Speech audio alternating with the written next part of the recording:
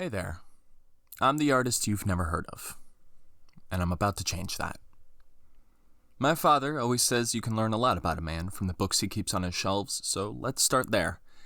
The first thing you'll notice is that I don't actually keep books on my shelves. That's where I like to keep my action figures, my music, a few copies of my favorite films like The Prince of Egypt and Blade Runner, as well as Christopher Nolan's complete collection of works.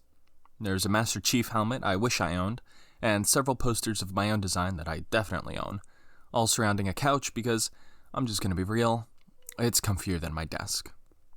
Being real is, of course, the reason I'm here today. Up until now, my online presence, especially through my professional accounts, has been impersonal. Being honest, I've struggled with presenting myself as an artist, a problem I feel like none of my contemporaries are facing. Every style of expression has already been done to death twice, so how do I stand out? According to the internet, the answer is, I don't. There are hundreds of artists out there floating in the same ocean, battered by waves of unoriginality, and hence, you've never heard of me.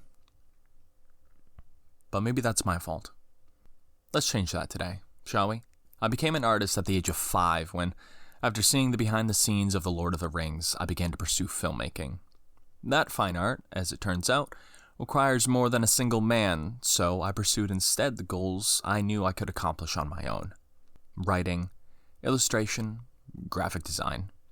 And I realized what I saw in filmmaking wasn't the creation of films at all, but the telling of stories, regardless of the mediums they come in. Others found ways to convey narrative in dance or music or even food, but I found stories most powerful in another form. In pictures.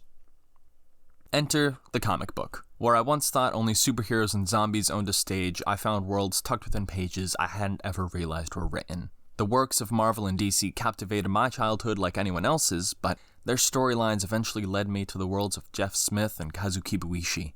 Graphic novels taught me how just one man could hook you into a sprawling world capable of capturing your full attention.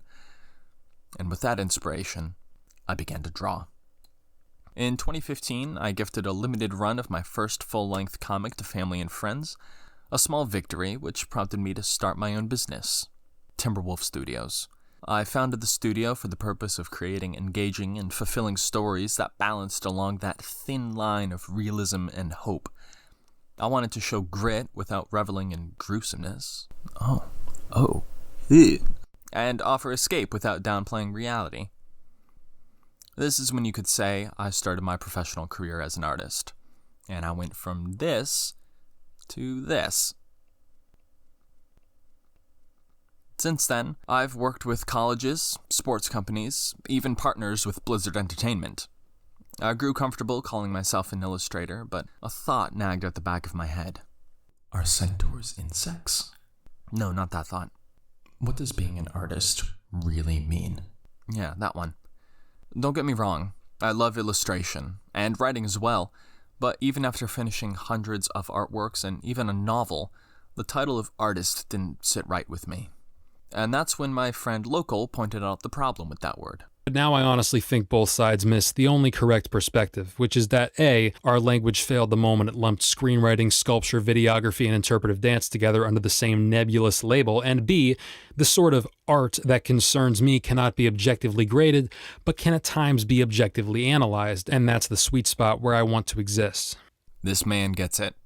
We can debate forever whether I'm an artist because of skill or because of passion, but I'm an artist one way or another, and if that's the case, it doesn't just apply to the illustrative kind. Cinematography, novelization, screenwriting, acting, graphic design, music, composition, interactive entertainment, virtual reality, I love it all. And it all falls into the realm of storytelling with only a little bit of creativity. Am I qualified to talk on any of those topics? Absolutely not. So I'm going to. If this breaks an unspoken rule, I'm just going to have to face the consequences, because I can't keep it bottled up anymore. That's what this channel is about. Storytelling and artwork in all its forms. Mostly the illustrated kind, yes. I am still a professional in just one field, but I have unsolicited opinions in every other, and I'm ready to share them. I'm not here to follow rules. Neither is art. So let's do something genuinely cool, yeah? And I'll see you all on the other side of normal. My name is Gyro. It was a pleasure to meet you.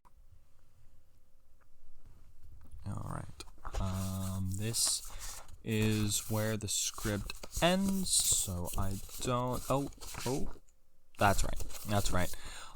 As mentioned, I'm an independent artist, and I was recently let off from my day job. So, as that's the case, if you're interested in getting to know me better or supporting my studio's efforts, you can learn more about us at our website and purchase our merchandise on Redbubble and Gumroad, and our Etsy store is days away from opening. Everything's linked in the description, of course, and there's a lot of cool stuff on the way, so stay tuned. Until next time, thank you so much for watching. I hope the rest of your day goes smoothly. God bless ya.